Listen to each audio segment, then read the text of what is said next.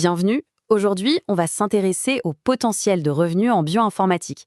C'est un domaine absolument fascinant, pile au croisement entre la biologie, l'informatique et le big data.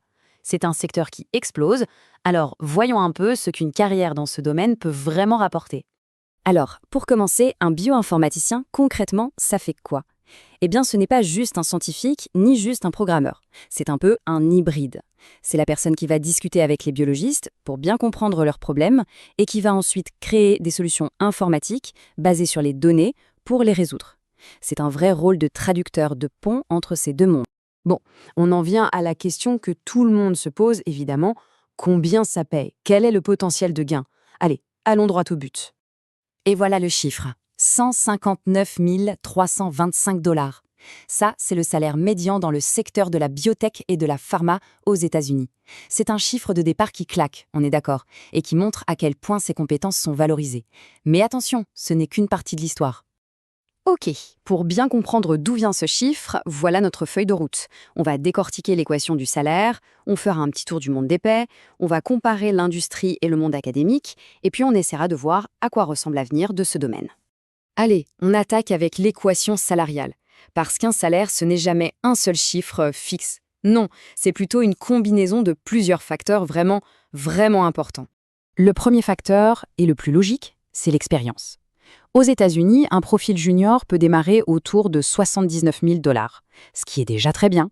Mais après quelques années d'expérience, hop, on passe au niveau intermédiaire à 115 000 $. Et pour les seniors, là, on explose les compteurs avec un salaire médian qui dépasse les 176 000 $. La progression est juste énorme. Un autre levier super puissant, c'est de passer au management. Un contributeur individuel, donc un expert technique, gagne déjà très bien sa vie. En moyenne 144 000 $.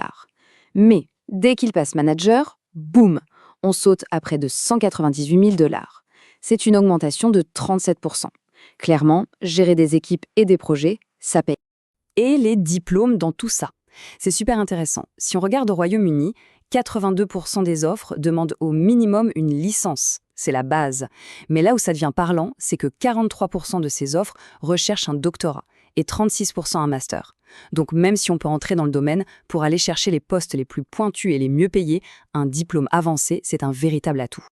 Et enfin, il y a les compétences. Qu'est-ce qu'il faut avoir dans sa boîte à outils? Eh bien, les chiffres parlent d'eux-mêmes. La data science, l'intelligence artificielle, le machine learning. On parle de compétences qui sont demandées dans plus des 2/3 des offres. C'est juste gigantesque. Sans oublier, bien sûr, les bases solides en informatique et en Python. Avoir ça sur son CV, c'est être en position de force pour négocier, c'est certain. Bon, on a pas mal parlé des États-Unis. C'est une bonne référence, mais ça donne quoi ailleurs dans le monde? Allez, faisons un petit tour d'horizon parce qu'il y a d'autres endroits très attractifs. Alors, en regardant les chiffres, on voit que la Suisse se positionne très bien avec une moyenne de 100 000 francs suisses. Singapour n'est pas loin, avec environ 102 000 $ de Singapour. L'Allemagne offre aussi de beaux salaires avec 96 000 € en moyenne et le Royaume-Uni affiche en médiane à plus de 91 000 livres. Bref, le message est clair, même en dehors des US, il y a de très belles opportunités financières. Maintenant, il y a souvent une décision fondamentale à prendre dans une carrière en bioinformatique.